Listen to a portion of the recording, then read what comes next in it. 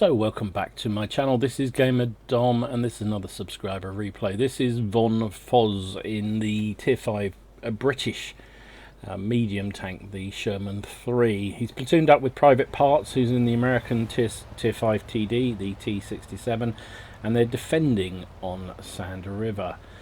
Sherman III is a tank you don't see an awful lot. Like all the Shermans, M4 variants, it's a big high tank, limited armor, not a bad gun, and it looks to me like he's got the derp gun on this. It can use a 105mm gun, firing obviously HE and heat.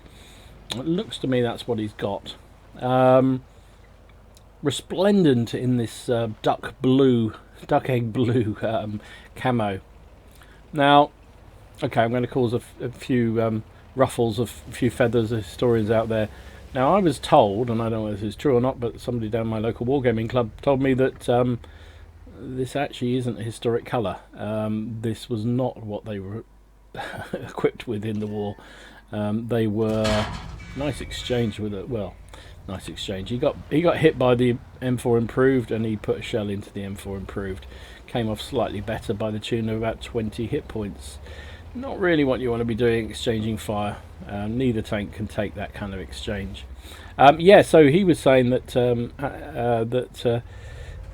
originally it was a much more grey colour to break up the outlines, more like a sort of battleship grey, which makes more sense because it's sort of fairly vivid blue, although it will break up there. And I know the skies were very blue in the desert most of the time and blah blah blah.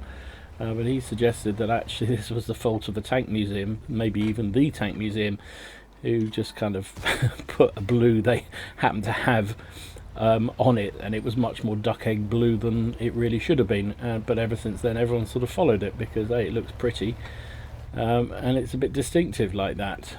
Don't know the truth of that, just recounting probably a vicious rumour.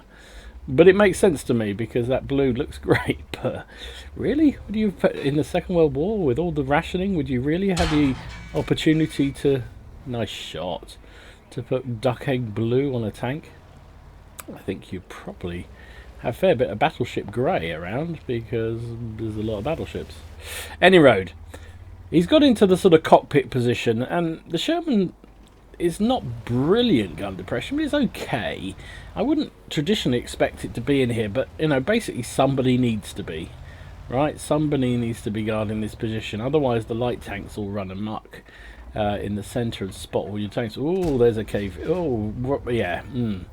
Okay, that didn't work out so well. Popped out to take a shot at that KV-1, didn't allow the gun to fully aim. As a result, took a hit, but doesn't matter because everybody saw the KV-1 and took him down, although it did cost us the Stug. Now there's a goat. Don't be cruel to the goat. Okay, he just puts him down. Okay, never mind. There's a Panzer IV-H. Has he got the derp gun? It could be derp ability, and nah, Sherman wins. So it's 9 plays 4. It's been a fairly simple game. He's got 3 kills already, 556 health. You can see the enemy, classic game in the assault mode, right? They don't push. They all sit at the back. You know, it's difficult when they're in TDs, but all their heavies, all their mediums have all died. All that's left now is TDs. And you can see that Panzer T25's just died. He was heading around causing mayhem in their rear. And remember, you only have 10 minutes to secure the cap or to kill all the enemy tanks. And there's only 4 minutes left now. So they've done a good job of holding up the centre, holding up the attack, and now it's time to push forward and have some fun. And this is the secret of assault games, or defending on assault games, is too many times people go too quickly, too early into the attack. You've got to earn the right to attack. I played a lot of rugby in my youth, and you know, there's a saying in that: you earn the right to attack. You wear down the opposition. You build up the chance to then be able to attack them. If you go too soon, too quickly, you won't do it. But if you wait around and ooh, I'm waffling. Anyway, he's taken out that Swedish TD, Got his eyes on artillery, eyes on the prize. Look at that. Yep, this is the derp gun. One-shotted him. It's up to 1100 damage. Funny, it's amazing how it... Oh dear. Mr. Leopard wasn't paying attention. It's amazing how quickly the damage racks up. Oh, look at that! Barely had an angle to hit on that T-67, but takes him down. Does take a hit in return. Stug's there. Can he get his next... he misses the shot. Could have been his 8th kill. Ay, ay, ay. Never mind. His platoon mates takes him down, and that's it. It's all over. So there we have it. Quick and simple, wasn't it? Just shows that if the team plays competently, everyone can do well, and you get the victory in an assault game. So you got the ace tanker out of that. You got bruiser, duelist, fire for effect, high caliber, and top gun. Finished top of the team, unsurprisingly. Oops, let's put it in the right way. There we go.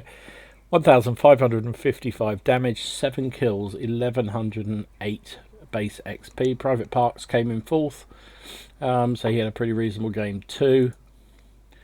Fired 14 shots, hit with 11, penned with 11. So everything he hit with penned, which did. So this is a misrepresentation. So when you're firing a derp gun, it says 11-11. Actually, what it means is 11 shots hit, 11 shots did damage. They didn't pen because otherwise he would be probably about 4,000 damage, something like that, and that didn't happen. He took 4 shots, all 4 penned him. Well, Sherman, no armor. What do you expect? Doesn't run a premium account, so 23,000 credits after cost, 17,500 profit. Would have been nearly 30,000 if he'd been running with premium. And he got a very healthy for his times too. He was obviously running some sort of reserves as well, personal reserves, so nearly 4,000 experience. Which is a pretty good return on a non-premium account. And he cheekily says, who needs a Scorpion G? Well, I think maybe a Scorpion G would outperform a Sherman III, but it was a pretty good game, and he managed to do a good job. Team did a good job, he did a good job, and I think it's interesting to see how the assault game is played well. You got to earn the right to counterattack. Don't go rushing off. You will lose the game. Make sure it's secure, you've won the game, then go after the bonus try, go after the bonus points. That's the way to play it. Hope you enjoyed this game. If you did, give it a like and a subscribe. And if you've got a game that you want me to take a look at, please upload it to WOT Replay. Send the link to my email, which is gamerdom13@gmail.com. And I'll happily take a look. And if I think it's going to be fun or interesting, I will stick it up on the channel. In the meantime, enjoy your games, have fun. Try not to take it too seriously. It is just a game. And I'll see you again soon. Gamerdom, out.